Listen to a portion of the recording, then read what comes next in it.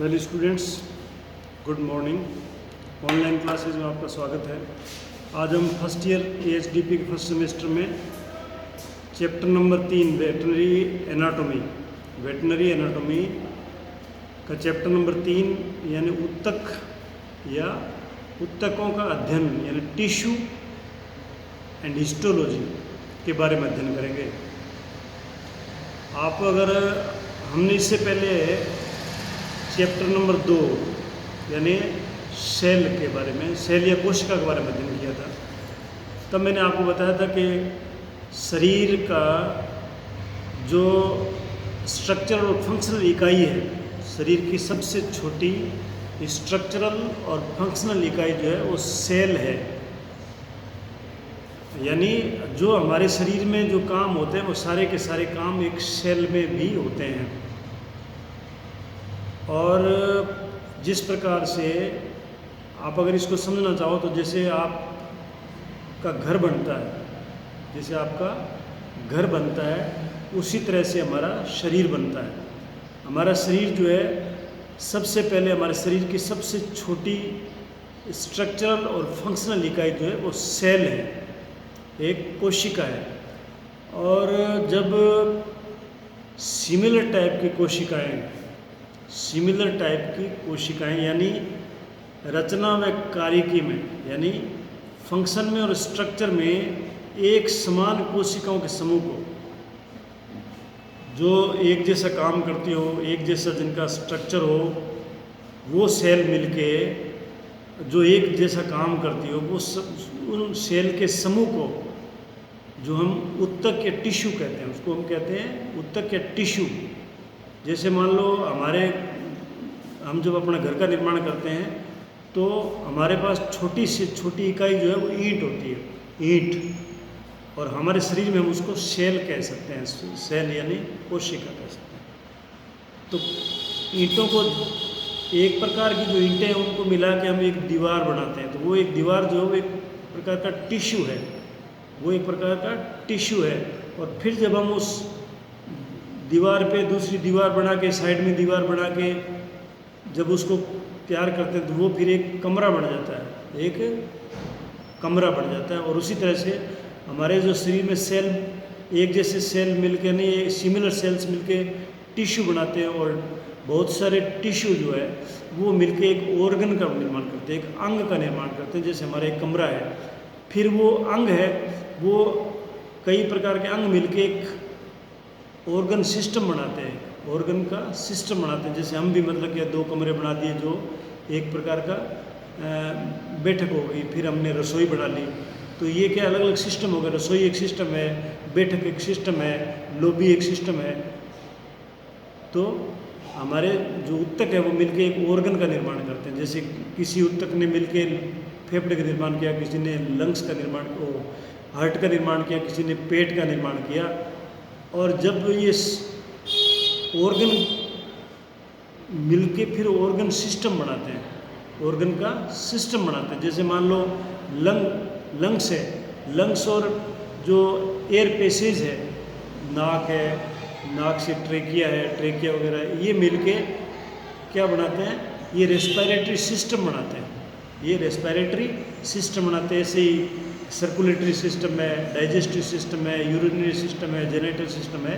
तो ये सिस्टम बनाते हैं। यानी सेल से टिश्यू बना, टिश्यू से ऑर्गन बना, ऑर्गन से ऑर्गन सिस्टम बना, ऑर्गन सिस्टम से फिर ऑर्गेनिज्म बना, यानी आदमी बना या पशु बना। ऑर्गेनिज्म का मतलब है जीव बना, जीव मतलब आदमी है, पशु है। तो ये टिश्यू जो है रचना व कार्यकी में एक समान कोशिकाओं के समूह को उत्तक कहते हैं। और इन उत्तक के अध्ययनों को यानी टिश्यूज का जो अध्ययन है उसको हम बोलते हैं हिस्टोलॉजी या औत्तिकी। हिंदी में औत्तिकी बोलते हैं, उत्तक से औत्तिकी, या टिश्यू को हिस्टोलॉजी या उसको हिस्टोलॉजी कहते हैं। अब आपको इसमें एक तो उत्तक की परिभाषा याद करनी है, एक आपको हिस्टोलॉजी की परिभाषा याद करनी है कि हिस्टोलॉजी क्या है और टिश्यू क्या है। टिश्यू शब्द का जो शब्द है टिश्यू, ये किसने दिया था? ये ऊतक या टिश्यू शब्द जो है बाइकाट ने दिया था। बाइकाट नामक के साइंटिस्ट ने टिश्यू नाम दिया था। और जो हिस्टोलॉजी है, जो ऊतक विज्ञान है, या जिसके बारे में हम ऊतक के बारे में पढ़ते हैं या जानते हैं, उसको बोलते हैं हिस्टोलॉजी। हिस्टोलॉजी जो शब्द है ये मेयर ने दिया था, मेयर ने। तो ये इम्पोर्टेंट है कि आपको ऊतक का शब्द किसने दिया था और हिस्टोलॉजी किसने दिया था। फिर आता है ऊतक जो है। अब हमने ये समझ लिया ऊतक होता क्या है। ऊतक जो है उसको हम 6 भागों में बांट सकते हैं। ऊतक का हम वर्गीकरण करेंगे, ऐसे तो हम पढ़ नहीं सकते ऊतक को पढ़ने के लिए एक एक ऊतक का पढ़ना पड़े। तो शरीर में जो ऊतक है वो 6 प्रकार के होते हैं, जिससे बॉडी बनती है। ऊतकों से बॉडी का निर्माण होता है। तो वो ऊतक 6 प्रकार के होते हैं। ये आपको याद करना पड़ेगा 6 प्रकार कौन कौन से होते हैं। तो ये है उपकला ऊतक, जिसे बोलते हैं एपिथेलियल टिश्यू। उपकला या एपिथेलियल टिश्यू। संयोजी ऊतक या उसको बोलते हैं कनेक्टिव टिश्यू। संयोजी ऊतक या उसको हम कहेंगे कनेक्टिव टिश्यू, जो जोड़ता है। और उपकला ऊतक एपिथेलियल टिश्यू ये कवरिंग का काम करता है। शरीर की जितने बाहरी सतह, अंदर वाली सतह, ऑर्गन्स की जो सतह होती है उसको कवर करने का काम एपिथेलियल टिश्यू करता है। संयोजी ऊतक जो है उनको टिश्यूज़ को जोड़ता है, जोड़ने का काम करता है। तो यानी इसका नाम है कनेक्टिव टिश्यू। फिर होता है मस्कुलर टिश्यू, जो मसल्स का निर्माण करते हैं, वो टिश्यू जो मस्कुलर टिश्यू। पेशीय ऊतक बोलते हैं उनको हिंदी में। और तंत्रिकीय ऊतक होते हैं नर्वस टिश्यू, जो नर्वस सिस्टम को बनाते हैं, नर्वस टिश्यू।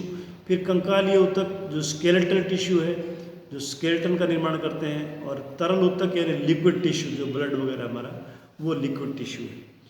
तो अब हम एक एक टिश्यू का अध्ययन करेंगे।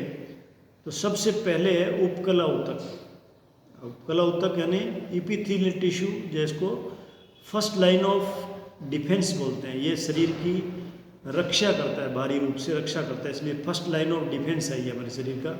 उपकला ऊतक यानी एपिथेलियल टिश्यू। उपकला ऊतक यानी एपिथेलियल टिश्यू को हम 2 भागों में डिवाइड करते हैं, 2 भागों में बांट सकते हैं इसको। कौन कौन से हैं? एक तो होता है कवरिंग एपिथेलियल टिश्यू, जो कवर करने का काम करता है, बॉडी को या ऑर्गन्स को कवर करता है, इसलिए इसको बोलते हैं कवरिंग एपिथेलियल टिश्यू या आच्छादन उपकला। आच्छादन का मतलब कवर करना होता है, हिंदी में आच्छादन बोलते हैं, आच्छादन उपकला ऊतक। और एक होता है ग्रंथिल उपकला ऊतक। ग्रंथिल उपकला ऊतक यानी ग्लैंडुलर टिश्यू। ये ग्रंथियाँ टिश्यू जो ग्रंथिल होता है। अब जो उपकला ऊतक है यानी एपिथेलियल टिश्यू जो है, ये किससे बनता है? हमारा जो पूरा शरीर है या हमारे जो टिश्यू है शरीर के, वो एम्ब्रियो जो है उससे बनता है। एम्ब्रियो जो है वो, उसके एम्ब्रियो में स्टार्टिंग में जब स्पर्म ओवम का मेल होता है तो जाइगोट बनता है, और फिर एम्ब्रियो बनता है। तो एम्ब्रियो की 3 लेयर होती है, 3 स्तर होते हैं, जननिक स्तर, उसके जनन स्तर होते हैं, जिनसे आगे फिर पूरे शरीर का निर्माण होता है। तो वो 3 लेयर जो है एम्ब्रियो की जर्मिनल लेयर 3 होती है। बाहर की जो लेयर है, एक बाहर की लेयर है, एक मध्यम मिडल लेयर है, और एक अंदर की लेयर है। तो बाहर की जो लेयर उसको एक्टोड्रम बोलते हैं, और जो मिडल लेयर है उसको मिडल लेयर मीजोड्रम बोलते हैं, मीजो। और जो अंदर की लेयर है, अंदर की साइड में लेयर जो उसको इंडोड्रम बोलते हैं। एक्टो, मीजो, इंडोड्रम, ये 3 प्रकार के लेयर है। तो उपकला ऊतक जो है वो एम्ब्रियो की तीनों जनन लेयर जो है, एक्टोड्रम, मीजोड्रम और इंडोड्रम, इन तीनों से मिलकर मतलब क्या है, ये एपिथेलियल टिश्यू जो है वो बनता है। या अपने कह सकते हैं कि प्राथमिक जनन स्तर जो है, प्राइमरी जर्मिनल लेयर जो है, वो तीनों प्रकार के जर्मिनल लेयर से एपिथेलियल टिश्यू बने होते हैं। इस ऊतक की कोशिकाओं के बीच में, यानी जब ये कोशिकाएं एक ही सिमिलर टाइप की कोशिकाएं मिलकर एक टिश्यू बनाती है, तो जो टिश्यू हम पढ़ेंगे एपिथेलियल टिश्यू, इस एपिथेलियल टिश्यू की सेल के बीच में इंटरसेलुलर स्पेस, यानी 2 सेल के बीच में जो स्पेस होता है, वो इसमें किसी प्रकार का स्पेस नहीं होता है, नहीं स्पेस एब्सेंट होता है इसमें एपिथेलियल टिश्यू की सेल्स के बीच में इंटरसेलुलर स्पेस अनुपस्थित होता है। ये बहुत याद रखने वाली बात है। इस ऊतक की कोशिकाएं, इस ऊतक की जो कोशिकाएं हैं वो एक मृत या निर्जीव आधार कला पर सदी रहती है। यानी इसके नीचे जो इसका आधार कला है, जो बेस है इसका, इसके नीचे जो बेस है वो मतलब क्या है कि डेड सेल्स का बना होता है।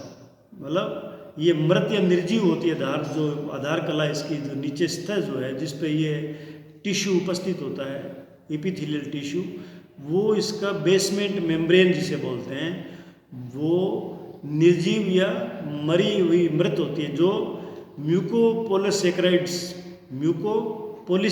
की बनी होती है। यानी ये म्यूकोपोलिसेक्राइड्स की बनी होती है।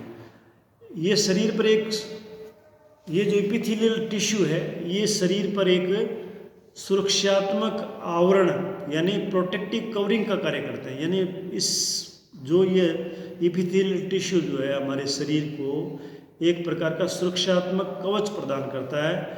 इस और जो नीचे स्थित कोशिकाओं को, इसके नीचे जो कोशिकाएं होती हैं, इसके नीचे स्थित कोशिकाओं को सूखने, घर्षण, चोट, बैक्टीरिया और रसायनों से सुरक्षा प्रदान करते हैं। यानी एपिथेलियल टिश्यू के नीचे जो सेल्स होती है हमारे बॉडी की, उनको ये एपिथेलियल टिश्यू जो है ये कवरिंग का काम करता है। ये उसको चोट से, सूखने से, घर्षण से, बैक्टीरिया और रसायनों से उसकी रक्षा करता है।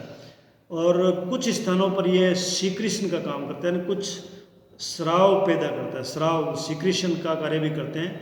इनके द्वारा ईयर वैक्स, यानी स्राव कैसे पैदा करते हैं, हमारे कान में जो वैक्स बनती है, कान में वैक्स जिसको हम अपनी भाषा में ठेठी बोलते हैं, ठेठी, वो इन्हीं एपिथेलियल टिश्यू की जो सेल्स होती है, वो जो सीक्रेटरी सेल होती है, उनके द्वारा सीक्रेट किया जाता है। ये जो कान की सुरक्षा करता है, कान को नरम करता है, चमड़ी को नरम करता है। और ईयर वैक्स और स्लेश म्यूकस मेम्ब्रेन जो होती है वो भी एपिथेलियल टिश्यू की बनी होती है, तो वो म्यूकस स्राव करती है। दुग्ध, जो दूध स्रावित होता है वो भी एपिथेलियल सेल्स ही, एपोक्राइन सेल्स जिसे बोलते हैं, स्वेट ग्लैंड्स जो होती है वो भी स्किन में ही पाई जाती है। और पाचक एंजाइम का श्रवण भी किया जाता है। कुछ एपिथेलियल सेल्स जो है वो पाचक श्रवण यानी डाइजेस्टिव एंजाइम्स का स्राव भी करती है। अब इसमें हम ये देखते हैं कि सबसे पहले हम अध्ययन करेंगे एपिथेलियल टिश्यू दो प्रकार के होते हैं। एक होता है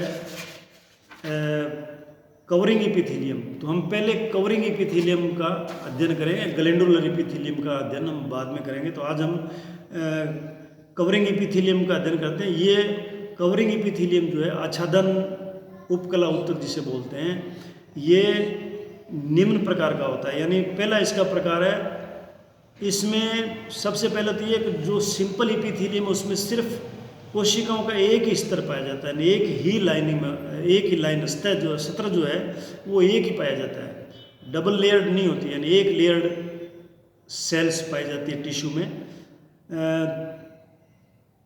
तो इसको इसीलिए इसको सरल उपकला ऊतक यानी सिंपल, जो सरल उपकला सिंपल एपिथेलियम जो है, इसमें ऊतक में कोशिकाओं का एक स्तर पाया जाता है, इसलिए इसको सिंपल एपिथेलियल बोलते हैं। और ये जो सिंपल एपिथेलियम है ये भी आगे जो है इसके भी कई प्रकार हैं। यानी पहले एपिथेलियल टिश्यू जो है दो प्रकार का होता है, एक तो होता है कवरिंग एपिथेलियल टिश्यू और एक होता है ग्लैंडुलर एपिथेलियल टिश्यू। तो कवरिंग एपिथेलियल टिश्यू है, इसके भी कई प्रकार है, जिसमें पहला प्रकार इसका है सरल उपकला यानी सिंपल एपिथेलियम, जिसमें एपिथेलियम में सेल की एक ही स्तर पाई जाती है। और इसमें सबसे पहला है simple squamous epithelium. Simple squamous epithelium यानी सरल सल की उपकला जिसे बोलते हैं।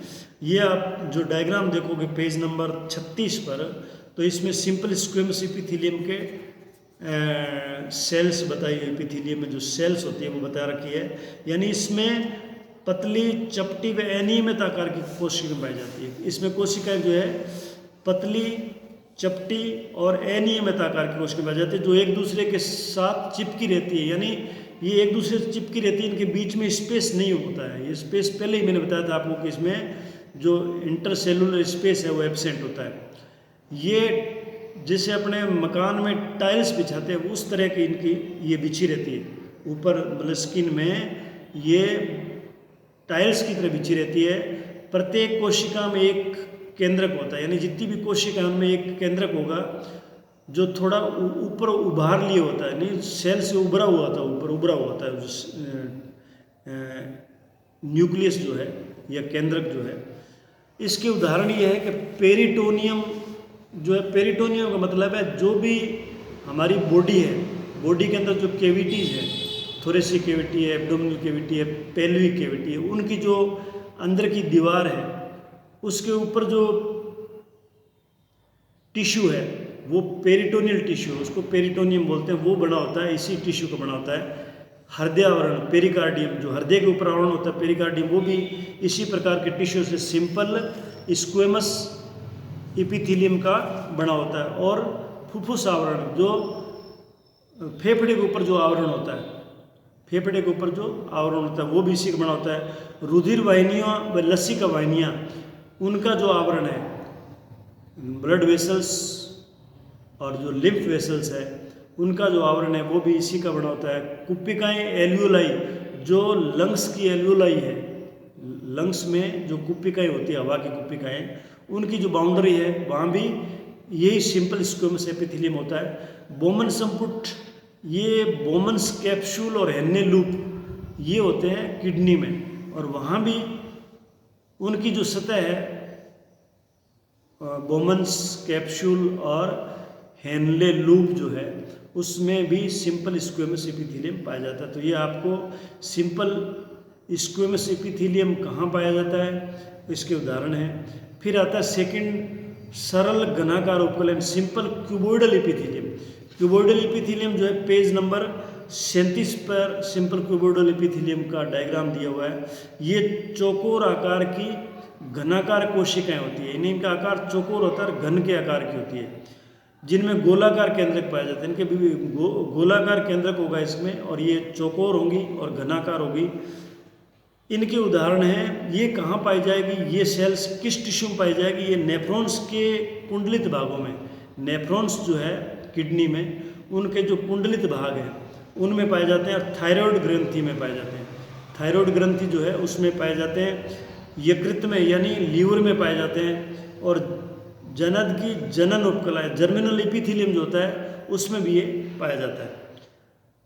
तीसरा जो टाइप है वो है सरल स्तंभ उपकलन सिंपल कोल्यूमनार एपिथेलियम, यानी इसमें जो कोशिकाएं होती है वो स्तंभ के आकार की होती है। जैसे स्तंभ होता है अपना, स्तंभ खड़ा होता है, खंबा, उसके आकार के होते हैं, जिसमें केंद्रक जो है वो आधार भाग में होता है, नीचे बेस वाले भाग में केंद्रक होता है। इस कोशिकाओं के मध्य में म्यूकस सिक्रीटिंग कलश कोशिकाएं गोबलेट सेल्स पाई जाती है। गोबलेट का मतलब जो कलश जैसा होता है, घड़े जैसा, ऐसे सेल्स पाए जाते हैं जो म्यूकस को सीक्रेट करती है।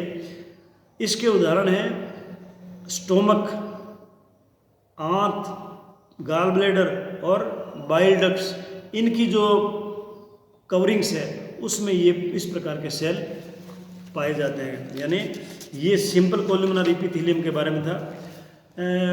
इसके बाद में आंत में इन कोशिकाओं के मुक्त सिरों पर, जो आंत के अंदर ये जो कोशिकाएं पाई जाती है उसके जो फ्री एंड होते हैं उनमें सूक्ष्म अंकुर यानी माइक्रोविलाई पाए जाते हैं। इसे ब्रुश बॉर्डर भी कहते हैं। जो माइक्रोविलाई जैसे एक प्रकार के धागे जैसी आकृतियाँ होती है उनको बोलते हैं ब्रुश बॉर्डर।